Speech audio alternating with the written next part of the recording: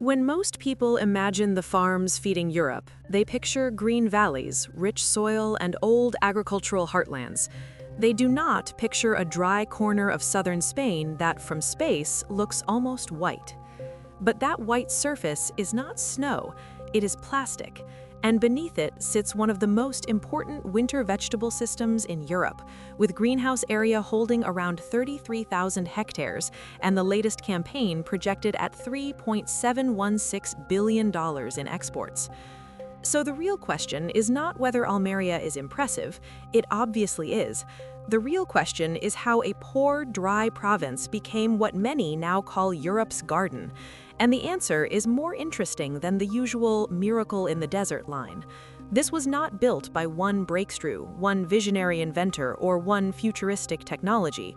It was built piece by piece over decades by combining climate, irrigation, small family farms, simple greenhouse design, and a brutal focus on growing vegetables out of season for nearby markets.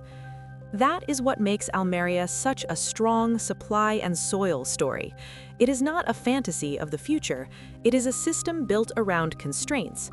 Southeastern Almeria has some of the driest conditions in Europe, with average precipitation around 200 millimeters a year in parts of the province. On paper, that does not look like the foundation of an agricultural powerhouse. It looks like the opposite. For a long time, it more or less was. Much of this landscape was poor, dry, wind-beaten, and better known as a film backdrop than as a food source. What changed first was not glass towers or automated indoor farming.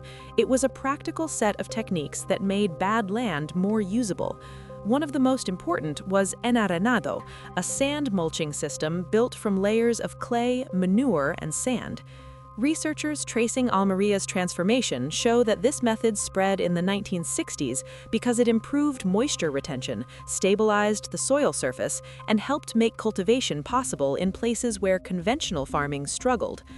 Then, plastic coverings were tested on top of those sand-mulched surfaces, and from 1963 onward, the first greenhouse model in Roquetas de Mar helped launch the system that would eventually reshape the coast. And once that system started working, it spread fast. The historical record is pretty blunt about it. In 1968, the province had only about 30 hectares of greenhouses. By 1971, that had jumped to 1,114 hectares. At the same time, localized irrigation, what we now think of as drip irrigation, began spreading through the area.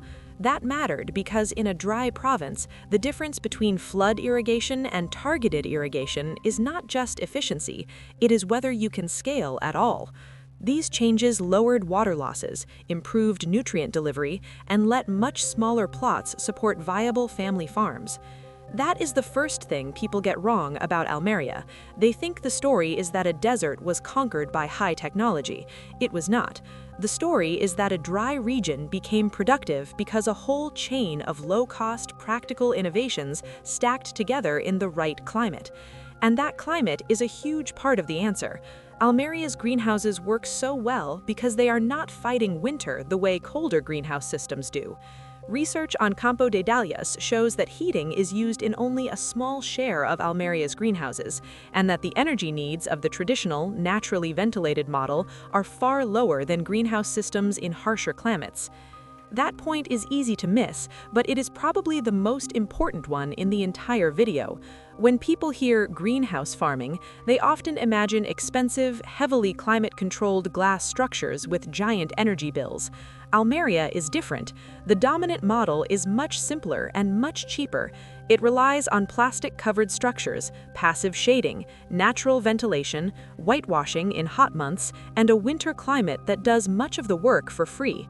In other words, this system became powerful not because it is the most futuristic version of farming, but because it is one of the cheapest workable ways to produce winter vegetables at scale near major European markets.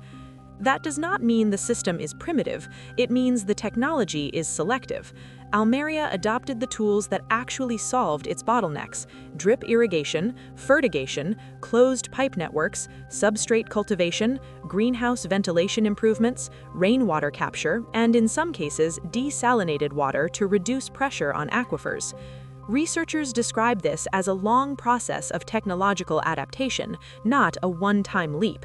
And that is why the region can now produce on an enormous scale without looking like a sci-fi farm. The tech is there, it's just built around practicality rather than spectacle. The scale today is hard to ignore.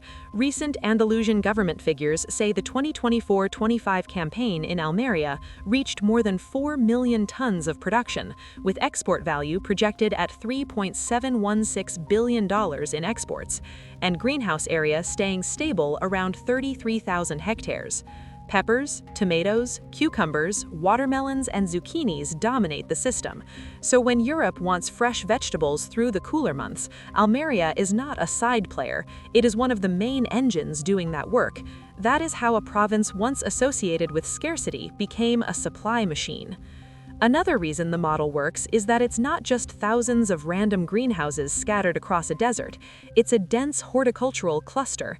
Farmers, suppliers, seed companies, irrigation specialists, packaging facilities, technical advisors, exporters, and transport networks all reinforce one another. That kind of clustering matters. It lowers transaction costs, speeds up diffusion of better practices, and helps relatively small farms behave like a part of a much larger machine. Historical research on Almeria's rise makes this clear. Irrigation projects, private credit, smallholder expansion, and export orientation all worked together to turn this place into Europe's market garden. And then there's pest control. A lot of people still imagine greenhouses as chemical boxes, but Almeria's story is more complicated than that. The latest official figures put biological control on 29,519 hectares, roughly 57% of wintered greenhouse vegetable area, with peppers near full coverage and large shares in cucumbers and tomatoes too.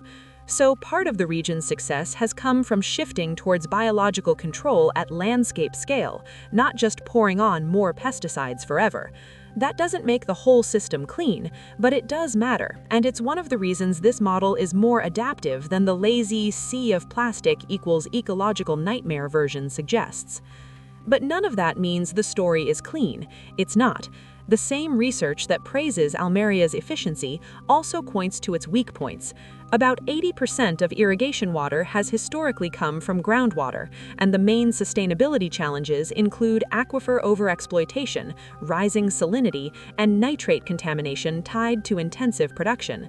So yes, Almeria is incredibly efficient relative to what many people expect from a dry region, but efficiency is not the same thing as ecological balance. A system can be very productive and still be running into water limits. The labor story is even harder to romanticize. Almeria's greenhouses rely heavily on migrant labor, and reporting from the region has repeatedly shown workers living in informal camps and makeshift settlements, built partly from greenhouse materials. In one 2023 AP report on a campfire near Niyar, many shelters were described as lacking electricity and running water, while many residents worked in nearby farms. That doesn't mean every farm operates the same way, and it doesn't mean every employer is abusive, but it does mean the cheapness of Europe's vegetables is not just a story about sunlight and clever irrigation, it's also a story about who absorbs the hardest parts of the system. And then there's the plastic itself. Almeria's white roofs are one of the reasons the model scales so well, and even NASA has highlighted the surprising cooling effect linked to the region's increased reflectivity, around 0.3 degrees Celsius of cooling per decade against wider regional warming. But that same greenhouse complex also generates major waste management pressure, especially plastics and other inorganic materials. That's why waste circularity has become a serious policy and research issue in the region.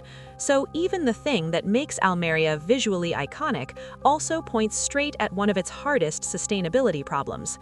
So how did a poor, dry province become Europe's garden? Not through one miracle, not through some futuristic farming revolution, and not through a perfect sustainability model that the whole world can blindly copy.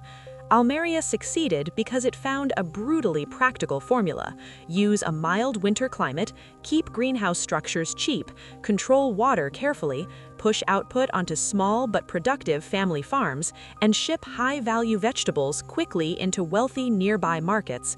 That formula works. It works well enough to transform a province, but it also comes with water stress, waste, and labor costs that are part of the model, not exceptions to it.